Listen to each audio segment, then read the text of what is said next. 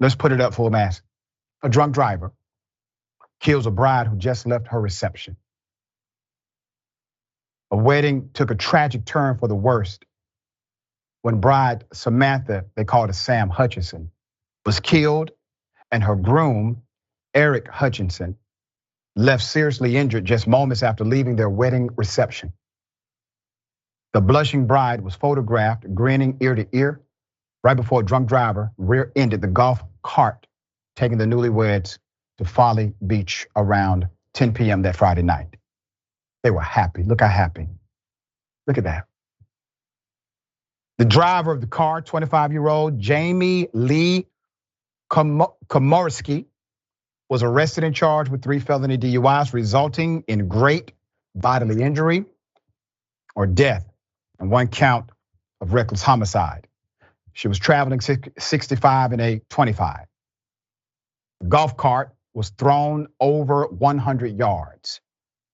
It rolled several times, once hit on impact.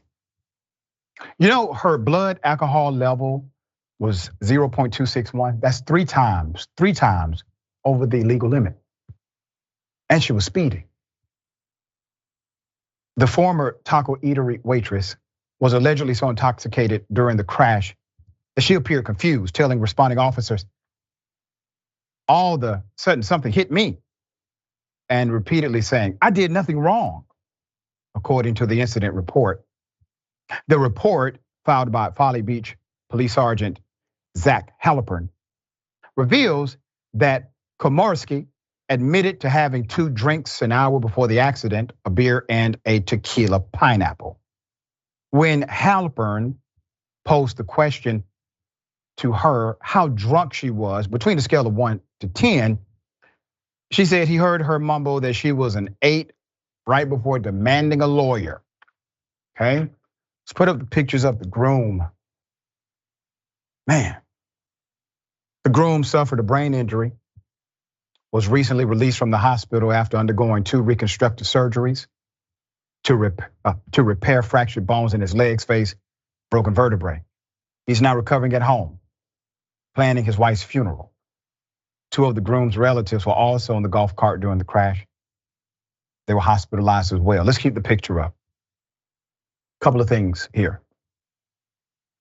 I can't imagine what this man is going through. I can't imagine what went through the mind of his wife when this happened before she died.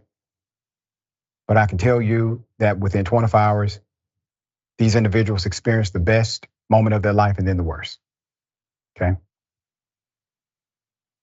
Best moment and then worst moment.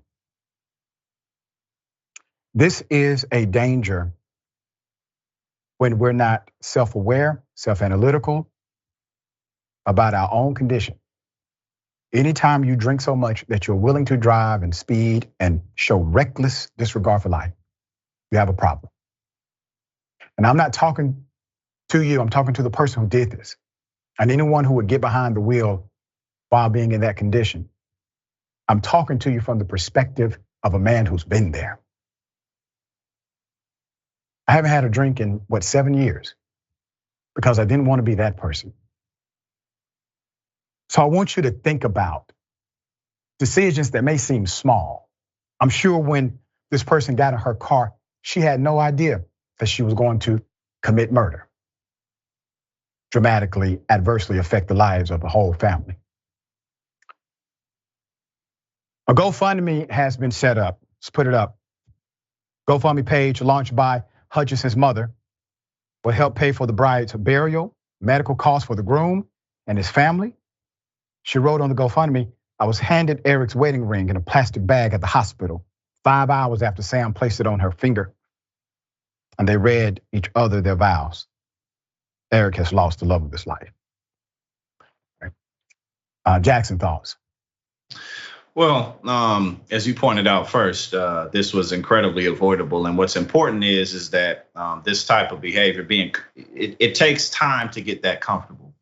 Oftentimes we know what we should and shouldn't do, especially in terms of what could and could not be dangerous. But Driving very drunk isn't something that people just kind of willy-nilly do. It's typically something that you're a little bit too comfortable doing, maybe under the influence. Maybe you weren't 3 times over the limit, but again, in order to be in a mindset and for there to be nothing in the back of your mind telling you to stop, that typically takes time. Yeah. And also, as you pointed out, in 24 hours they had the best and worst moment in their lives, but this really shows how fleeting life can be. And it really puts into perspective how much life really is right now. And there's so many things that we can look over and miss and not be present for because we assume that we can get to them later. And it is true that we can't always tend to everything. We all only have 24 hours in a day. However, oftentimes the things that we hold most dear to us become the things that we take for granted. That's right. So, that's just how life is, and you gotta be able to appreciate everything you have.